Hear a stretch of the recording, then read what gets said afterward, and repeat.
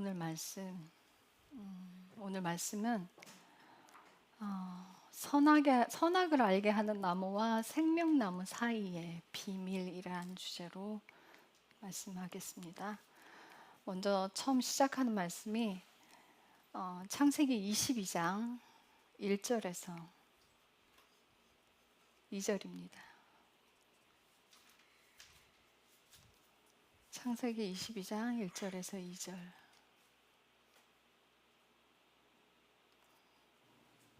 같이 읽겠습니다. 시작. 이 일 뒤에 하나님께서 아브라함을 시험하시려고 그에게 이르시되 아브라함아 하시니 그가 이르되 보소서 내가 여기 있나이다 하매 그분께서 이르시되 이제 너는 내 아들 곧 내가 사랑하는 내 유일한 아들 이삭을 데리고 모리아 땅으로 가서 거기서 내게 일러줄 산들 중 하나에서 그를 번제 헌물로 드리라 하시니. 아멘. 자, 하나님께서 아브라함을 시험하시는데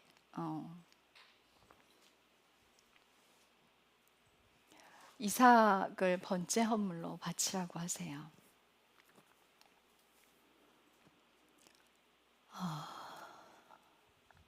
근데 지금 말씀 여러분들 잘 보셔야 되는 게 왜 하나님께서 아브라함에게 아들 이삭을 바치라고 하는데 모리아 땅으로 가서 그 산들 중에 하나, 그러니까 히브리어 성경으로 들어가면 모리아 산으로 가라가 아니에요. 모리아 땅으로 가서 그 산들 중에 하나로 가라요. 그러니까 모리아 산에 산이 세 개가 있는데 하나는 시온산. 그게 이제 다윗 왕이 거했던 성이에요. 시온 성이 거기 있었고, 그리고 하나는 예루살렘 성전이 세워진 그 산이 하나 있었고, 하나는 아직 이름이 기억이 안 나는데 그 세 개의 산이 있어요. 그래서 산들 중에 하나로 가라 그래요. 그래서 이 산들 중에 하나로 가서 예물을 드리라고 하는데 여러분들 잘 보셔야 되는 게 8절에 한번 보실래요? 8절에 이제 아들 이삭과 함께 걸어가는데 아들이 그래요. 하나님께 드릴 예물은 어디 있냐고, 땔감도 있고 다 있는데 예물은 어디 있냐고 물어요. 그랬더니 아브라함이 뭐라고 이야기하냐면 아브라함이 이르되 내 아들아 번제 헌물로 쓸 어린 양은 하나님께서 자신을 위하여 예비하시리라 하고 그렇게 그 두 사람이 함께 가서라고 돼 있어요. 근데 킹 제임스 영어 성경으로 들어가면 자신을 위하여 예비하시리라 하신 그 하나님께서 어린 양을 자신을 위해 예비하시리라 그 구절이 어떻게 돼 있냐면 God will provide in himself a lamb이에요. himself a lamb. 그러니까 himself가 스스로잖아요. a lamb. 자기 스스로 양이 되는 거예요. 하나님 스스로 양이 돼서 준비하신다는 거예요. 하나님이 준비하시는데 자기 스스로 양이 되신다는 거예요. 자, 그런데 12절에 가보면 12절이 아니라 14절에 가보면 이제 하나님께서 아들 이삭을 바치려고 할 때 멈추게 하죠. 그래서 양이 나뭇가지에 순양이 하나 걸려 있는 걸 그 양을 가져다가 이제 제사를 드리게 해요. 그런데 아브라함이 14절에 보면 아브라함이 그곳의 이름을 여호와 이레라 하였으므로 이날까지 사람들이 이르기를 주의 산에서 그것을 보리라 하리라 해요.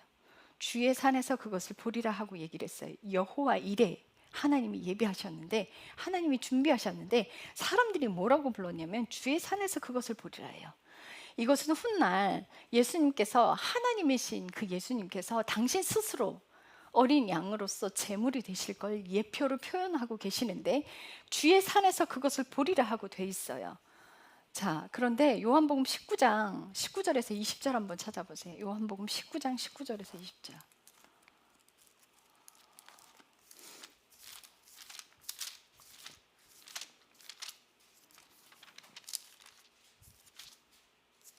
요한복음 19장 19절에서 20절.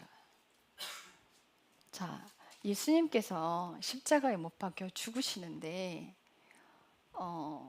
그 명패가, 죄의 명패가 무엇라고 써 있었냐면 19, 20절 같이 읽겠습니다. 시작. 빌라도가 명패를 써서 십자가 위에 붙였는데 그것의 글은 유대인들의 왕 나사렛 예수더라. 예수님께서 십자가에 못 박히신 곳이 그 도시에서 가까우므로 그때에 유대인들 중 많은 자들이 이 명패를 읽었는데 그것은 히브리어와 그리스어와 라틴어로 기록되었더라. 분명히 말씀에 주의 산에서 그것을 보리라 그랬어요. 예수님께서 십자가에 못 박혔을 때 유대인의 왕 나사렛 예수라는, 유대인의 왕으로서 나사렛 예수, 나사렛에서 태어났은 예수가 유대인의 왕으로 죽으신다는 죄명이에요. 죄명이 왕이기 때문에 죽는 거예요. 하나님이신 아들이, 그 아들이 왕으로, 이 땅에 왕으로 오셔서 제물이 되셨는데 히브리어와 그리스 라틴어로 전부 다 기록되었다는 건 거기 있는 모든 사람들이 싹 다 볼 수 있었다는 얘기예요. 그 산에서, 주의 산에서 그것을 보리라. 주의 산에서, 주의 산에서 그것을 보리라. 그래서 예수님께서 죽으신 곳 잘 보셔야 돼요. 예수님께서 죽으신 곳이 이삭을 바치려고 했던 그곳이에요. 그분 스스로 제물이 되셨어요. 그 자리에서. 자, 그런데 히브리서 13장 11에서 13절 보세요. 히브리서 13장 11에서 13절. 히브리서 13장 11에서 13절.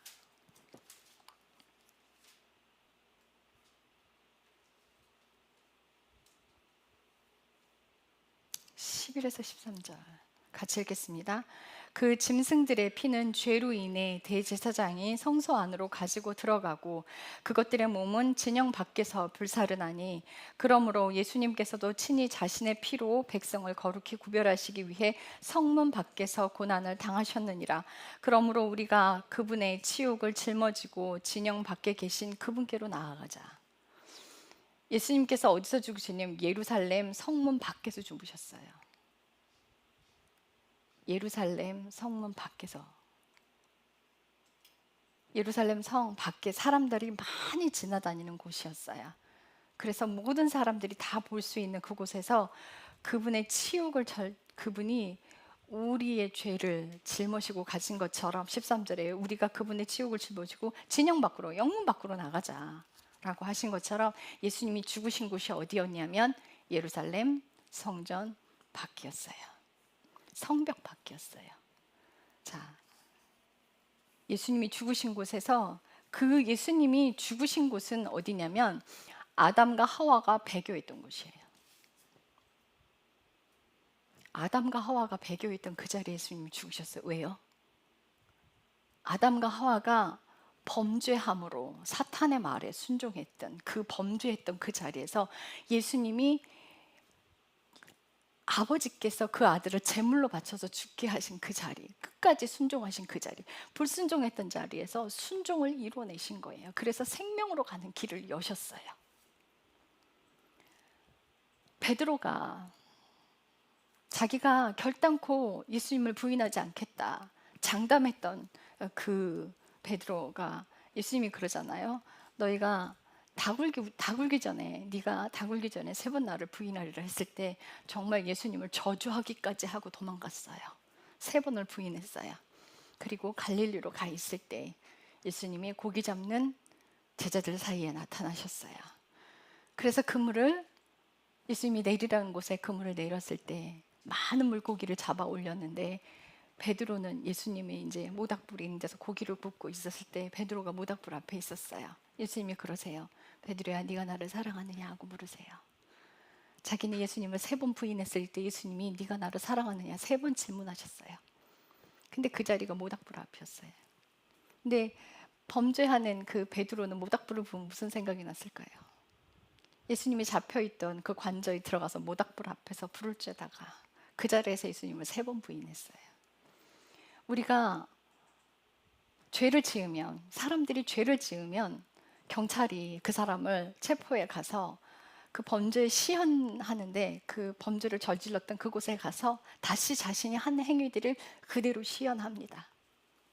뭐 때문에? 죄를 잘못했게끔 인식하게 하기 위해서 죄를 회개하라는 마음으로 그 자리 가서 그 죄를 시연을 해요. 아담과 하와가 범죄했던 그 자리에서 예수님이 다시 죽기까지 순종하셔서 불순종을 순종으로 생명으로 여셨어요. 그래서 그 자리에서 죽으셨어요. 자, 여러분들 봅시다. 예루살렘 성전이 세워졌던 것을 이제 봅시다. 예루살렘 성전은 역대상 21장 18절에 가봐요. 역대상 21장 18절.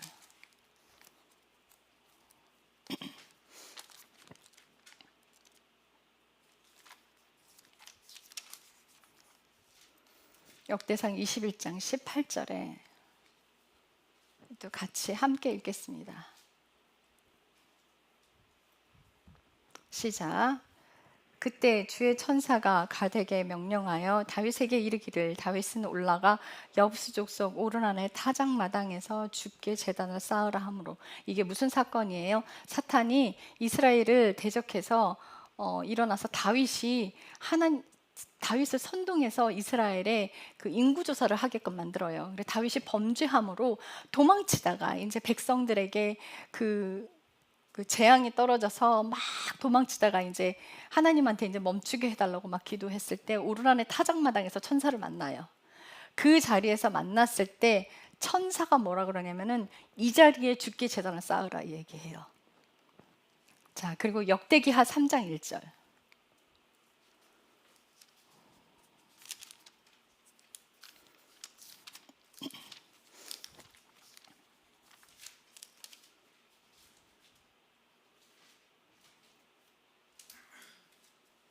역대기하 3장 1절. 자, 이것도 같이 읽겠습니다. 시작. 그때 솔로몬이 예루살렘의 모리아 산에 주의 집을 건축하기 시작하였는데 이곳은 주께서 그의 아버지 다윗에게 나타나신 곳이요 전에 다윗이 여부스 족속 오르난의 타작마당에 예비한 곳이라. 그죠? 모리아 산에 하나님의 집을 성전을 건축하기 시작했는데 오르난의 타작마당에 성전을 건축해요. 자, 신명기 12장 11절. 신명기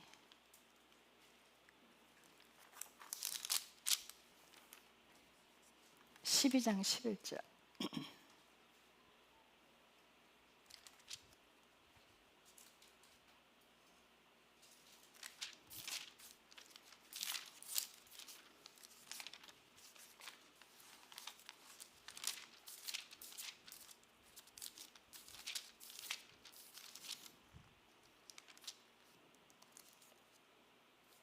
자, 같이 읽겠습니다. 시작.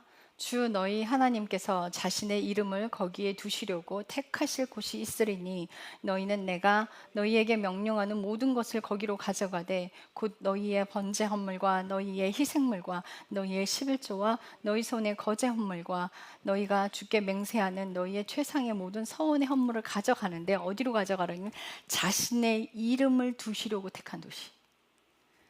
자신의 하나님의 이름을 거기에 두려고 택한 도시에 가서 예물을 드리라는 거예요. 거기가 어디냐면 오르난의 타작마당이에요.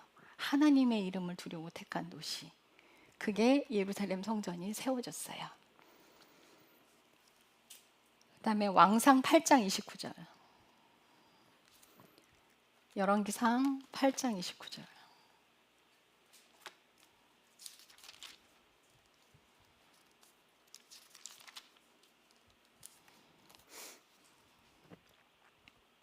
같이 읽겠습니다. 주께서 전에 내 이름이 거기에 있으리라 하고 말씀하신 곳, 즉 이 집을 향해 밤낮으로 주의 눈을 여시고 주의 종이 이곳을 향해 기도드리기를 귀를 기울이옵소서. 자, 성전 봉헌식을 해요. 성전을 지어놓고 솔로몬이 기도를 하는데 하나님께서 전에 내 이름이 거기 있으리라 하고 말씀하신 이곳에 하나님의 집이 지어졌다는 거예요. 내 이름을 두려고 한 그곳, 거기에 하나님의 이름이 지어졌는데 거기가 어디냐면 오르나는 타작마당이에요. 그걸 돈 주고 샀잖아요. 그래서 예루살렘 성전이 거기에 지어졌습니다. 자, 열왕기상 11장 36절.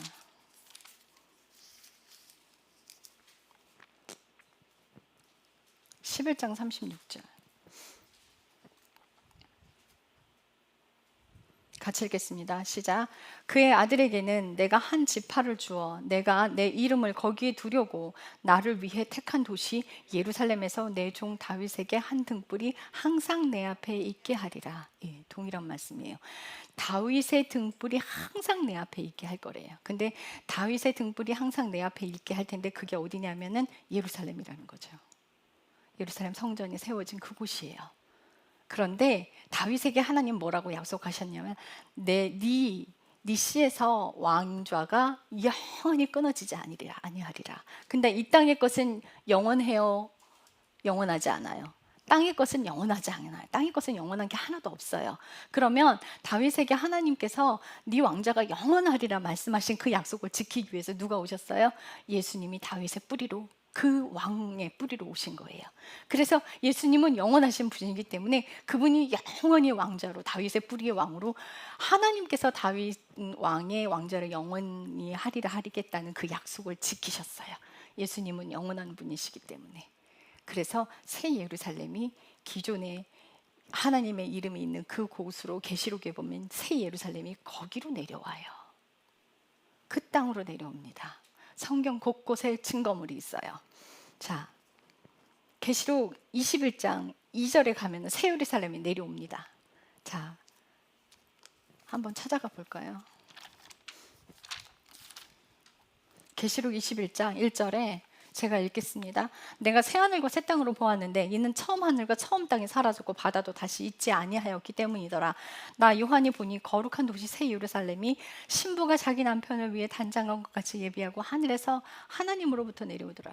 성전은 없어요. 성전은 예수님이라고 계시록에 되어 있어요. 성전은 있지 않고 새 예루살렘 도시가 내려와요. 새 예루살렘 도시가 내려오는데 22장 1절에 가면 또 그가 하나님과 어린 양의 왕자로부터 물이 흘러나오는데 수정 같은 맑은 물에 생명의 생수의 강이 흘러나와요. 그래서 그 도시들 한가운데 강이 양쪽에 생명나무가 있고 여러 종류들의 열매들을 맺고 달마다 자기 열매를 냈으며 그 나무와 잎사귀들은 그 민족들을 치유하기 위해서 있더라. 이 말씀과 동일한 구절이 어디냐면 에스겔서 47장에 있어요. 찾아가 봅시다. 에스겔서 47장.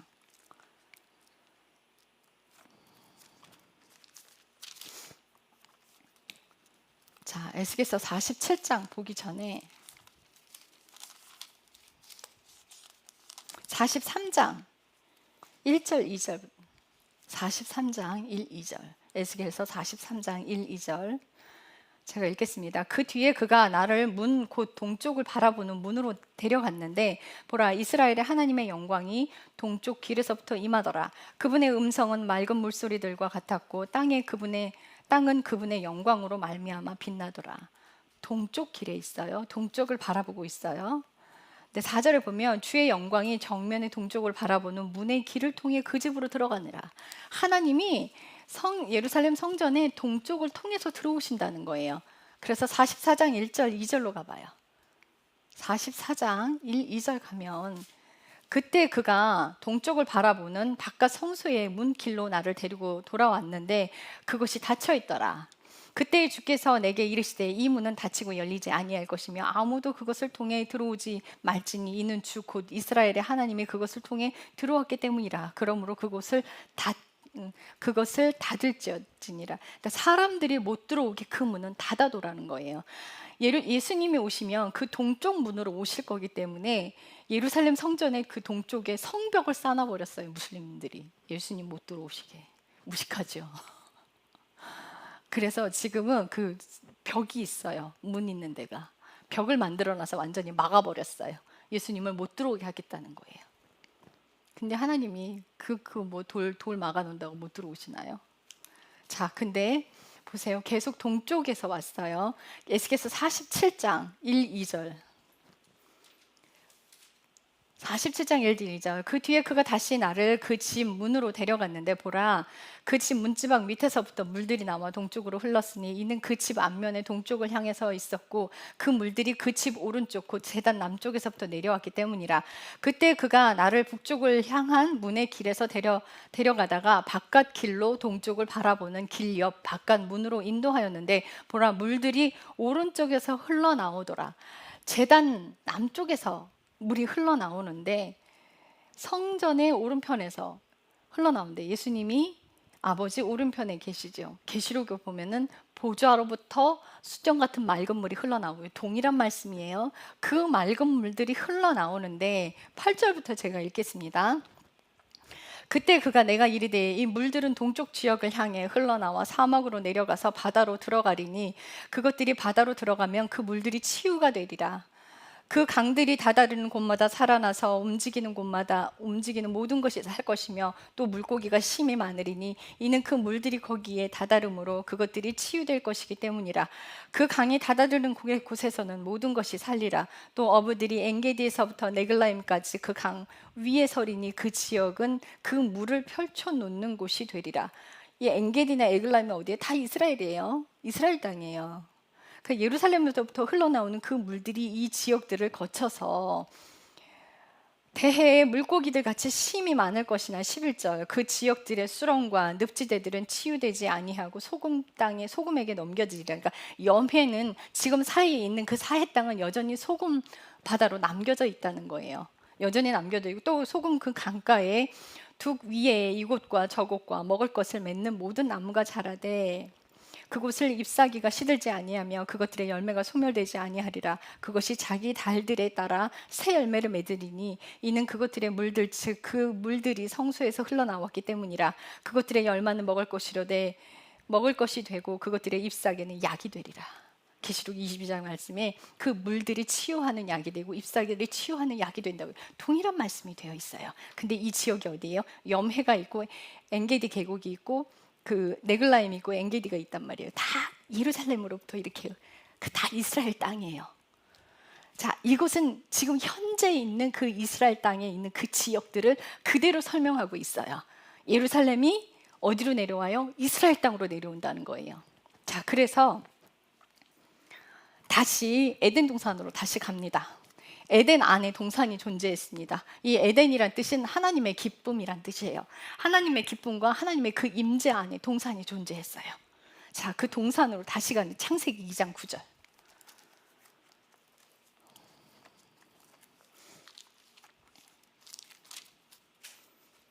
창세기 2장 9절 제가 읽겠습니다. 또 주 하나님께서 보시기에 아름답고 먹기에 좋은 모든 나무가 땅에서 자라게 하셨는데 그 동산 한가운데 또한 생명나무와 선악을 알게 하는 나무가 있더라.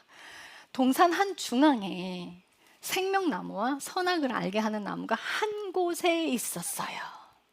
한 곳에 멀찌감치 이 산에 저 산에 떨어져 있지 않았다는 얘기예요. 동산 중앙에 두 그루의 나무가 같이 있었어요. 자, 그래서 예수님의 이름이 있는 곳, 하나님의 이름이 있는 곳, 생명나무가 있는 곳이에요.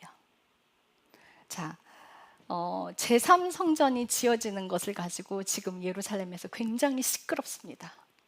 굉장히 시끄러워요. 여지까지 많은 사람들이 무슬림 성전이 있는 그곳이 예루살렘 성전이 있던 곳이다라고 이야기를 했어요.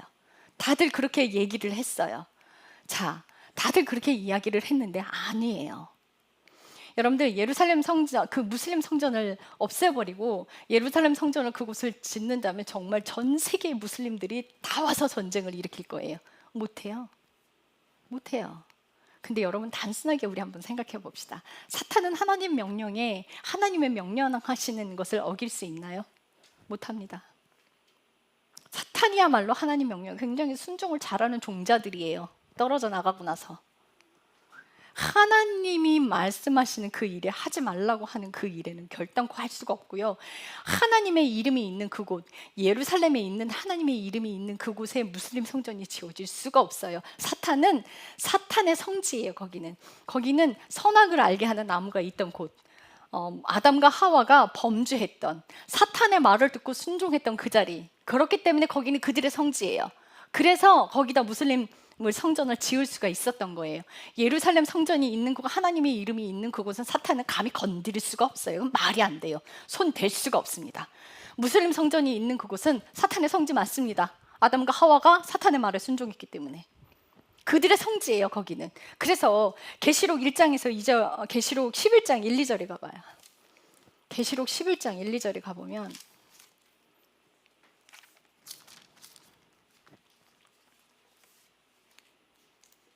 이제 두 증인의 얘기가 나와요.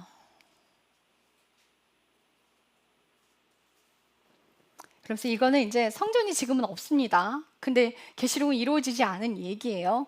네. 1절부터 제가 읽을게요. 또 내가 막대기 같은 갈대를 받았는데 그때 그 천사가 서서 이르기를 일어나 하나님의 성전과 제단과 그 안에 경배하는 자들을 측량하되 성전 밖에 있는 뜰을 내버려 두고 측량하지 말라. 그것이 이방인들에게 주어졌으므로 그들이 그 거룩한 도시를 42달 동안 짓밟으리라. 성전 밖은 측량하지 말고 내버려 두라는 거예요. 만약 그 무슬림 성전을 무너뜨리고 그 자리에 예루살렘 성전을 지은다면 이방인들이 거기서 올라올 이유가 없습니다.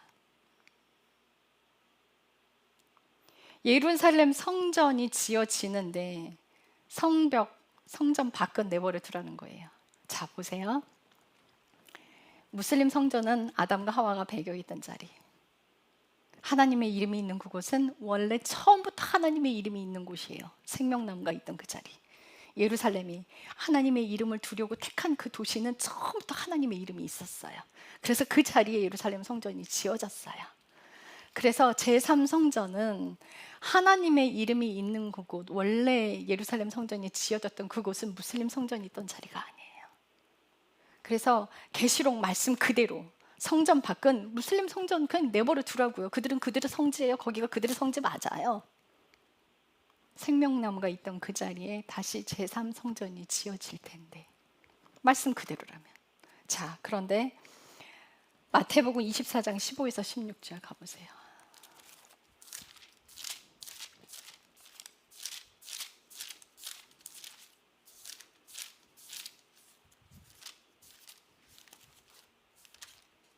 마태복음 24장 15절부터 16절까지 다 같이 읽겠습니다. 그러므로 주께서 대언자 다니엘을 통해 말씀하신 황폐하게 하는 가증한 것이 거룩한 곳에 서는 것을 너희가 보거든 누구든지 읽는 자는 깨달을지어다. 그때 유대에 있는 자들은 산으로 도망할지어다. 황폐하게 하는 가증한 것이 거룩한 곳에, 성전에 황폐하고 가증한 것이 설 때는 도망가라는 거예요. 근데 이 말씀과 계시록 두 증인의 그 성전 측량하는 그때와 딱 똑같이 맞물려요. 그리고 환란이에요. 그런데 지금 무슨 일들이 예루살렘에서 추진되고 있냐면 정말 다 준비되어 있잖아요. 지금 제사장도 있고요. 전부 다 이제는 올해 붉은 암소까지 준비되어 있어서 예루살렘 성전만 지어지면 되는데 다들 무슬림 성전이 있는 곳을 무너뜨리고 지어야 된다고 알고 있었는데 이제는 예루살렘에서 무슨 바람들이 불고 있냐면 그 자리가 아니라는 거예요. 예루살렘 성전을 대대로 연구해오던 그 집안들도 원래 그 자리가 아니라는 거예요. 무슬림 성전에서 100m 이상 떨어진 그곳에 있대요. 기념비가 세워진 곳. 거기가 원래 예루살렘 성전이 있던 곳이라는 거예요. 그 바람이 불기 시작해서 이제 금방 예루살렘 제3성전이 지어질 것처럼 이야기들이 돌아가고 있어요. 온 지구가, 동물들도 자연도 마지막이 다 됐다고 막 아우성을 치고 있어요. 땅들도 속에서 막 분화구를 터뜨리고 열을 터뜨리고 막 여기저기 지진과 폭발이 일어나고 있고 분화구가 터지고 있고 열대야 현상으로 바다는 지금 엉망이 되어 가고 있고요. 온 지구가 지금 예수님 오실 때가 다 됐다고 막 이야기하고 있어요. 사람만 너무 태평해요. 꼭 탈지구가 성공할 것처럼 말들을 하고 있어요.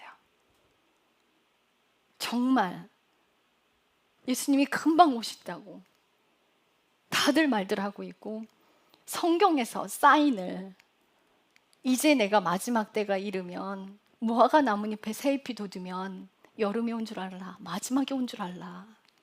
내가 문 열고 들어오면 이제 끝이야. 마지막에는 내가 회개시키러 안 와. 완성된 신부들을 데리러 올 거야. 요한복음에 그러잖아요. 내가 아버지께 갈 거야. 너희가 나를 사랑했으면 내가 아버지께 가는 걸 기뻐했을 거야. 왜? 내 아버지께 가서 처소를 마련하고 올 거거든. 내가 오면 너희를 맞아들여서 나랑 신부로 초대해서 결혼식을 올릴 거야. 그래서 계시록은 어린 양의 혼인잔치고 결혼식이에요. 예수님께서 두 번째 오시는 그 예수님은 숨어서 오지 않습니다. 결단코 사막에 예수님이 있다 해도 나가지 말고 들에 있다 해도 나가지 말라. 예수님이 오시는 데는 구름 타고 오신다고요. 아무도 모르게 땅에 있는 그 존재로서 오지 않아요. 전 세계가 다 볼 수 있는, 모두가 다 볼 수 있는 모습으로, 스가랴서 말씀에 그분이 오실 때는 그분의 예수님 발 오른발이 동쪽 감람산 동쪽에 서실 것이요 그 땅이 동서로 쫙 갈라진다고 그랬어요. 예수님이 오시는 그 광경을 모두가 다 본다고요. 여기서 예수가 있다, 저기서 예수가 있다, 아무것도 믿지 말라는 거예요. 지금 이단들 다 예수라고 하고 있는데 그거 다 가짜예요. 예수님 그렇게 안 와요. 두 번째 오시는 그 예수님 육신을 입고 오시는 게 아니에요. 모두가 다 보는 아주 커다랗게 오실 거예요. 구름 타고 오신다고 했어요. 그렇게 되면 심판이에요.